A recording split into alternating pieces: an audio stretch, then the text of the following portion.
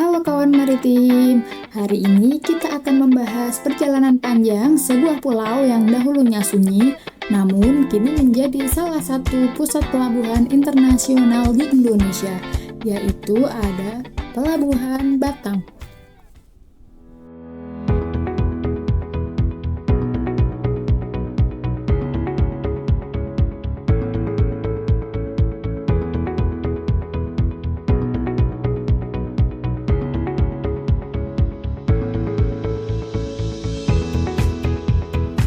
Nah, kawan maritim, jadi Pelabuhan Batam ini dulunya hanyalah pulau kecil yang sunyi, dihuni masyarakat Melayu pesisir yang hidup dari laut.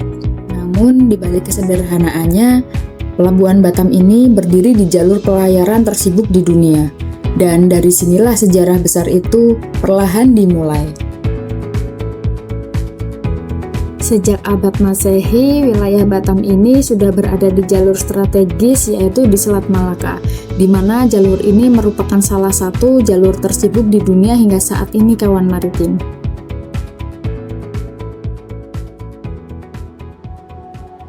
Pada masa kerajaan maritim seperti Kerajaan Sriwijaya, wilayah Batam dan sekitarnya menjadi bagian penting dalam mengawasi jalur perdagangan laut. Kapal-kapal dari India, Tiongkok, hingga Timur Tengah melintas di kawasan ini. Mereka membawa rempah-rempah dan komoditas yang lain.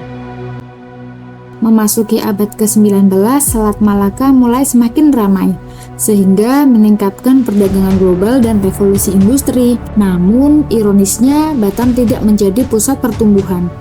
Begitu sebaliknya dengan Singapura yang saat itu berada di bawah kekuasaan Inggris, justru berkembang pesat menjadi pelabuhan bebas internasional. Kapal-kapal dari pedagang dunia lebih memilih untuk singgah di sana karena fasilitasnya lebih lengkap dan sistem perdagangannya yang terbuka. Hingga masa kemerdekaan, Batam juga masih berupa pulau yang kecil dengan kampung nelayan yang sederhana. Kehidupan itu masih sangat tradisional dan jauh dari modernisasi. Namun, keadaan ini tidak berlangsung selamanya. Karena memasuki era modern, arah kebijakan mulai berubah. Pada tahun 1970-an menjadi titik balik besar dalam sejarah Batam. Pemerintah Orde Baru mulai mengembangkan Batam sebagai basis industri minyak dan perkapalan. Pada tahun 1971 dibentuklah otoritas Batam yang kini kita kenal sebagai BP Batam. BP Batam ini merupakan lembaga yang digunakan khusus untuk mengelola pembangunan pelabuhan Batam kawan maritim. Dan setelah itu, pemerintah mulai membangun Batam secara serius pada tahun 1973. Dan dari pembangunan ini lahirlah pelabuhan-pelabuhan utama, salah satu yang paling penting adalah Pelabuhan Ampar. Pelabuhan Ampar ini menjadi pusat aktivitas ekspor dan impor sekaligus penggerak utama logistik Batam. Nah, dari perkembangan inilah yang menjadikan Pelabuhan Batam sebagai pusat industri dan logistik internasional. Nah, kawan maritim juga harus tahu ikon penting Batam adalah Jembatan Barelang. Jembatan Barelang ini merupakan singkatan dari Batam, Rempang, dan Galang.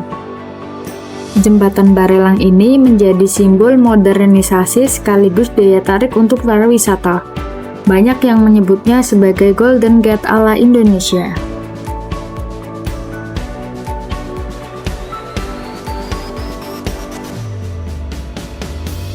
Kedekatannya dengan Singapura semakin mempercepat pertumbuhan ekonomi Batam.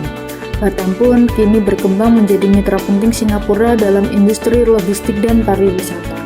Salah satu sektor utama yang tumbuh pesat adalah industri galangan kapal. Batam menjadi pusat industri perkapalan terbesar di Indonesia bahkan Asia Tenggara. Ribuan kapal dibangun, diperbaiki, dan dirawat di kawasan industri Batam ini.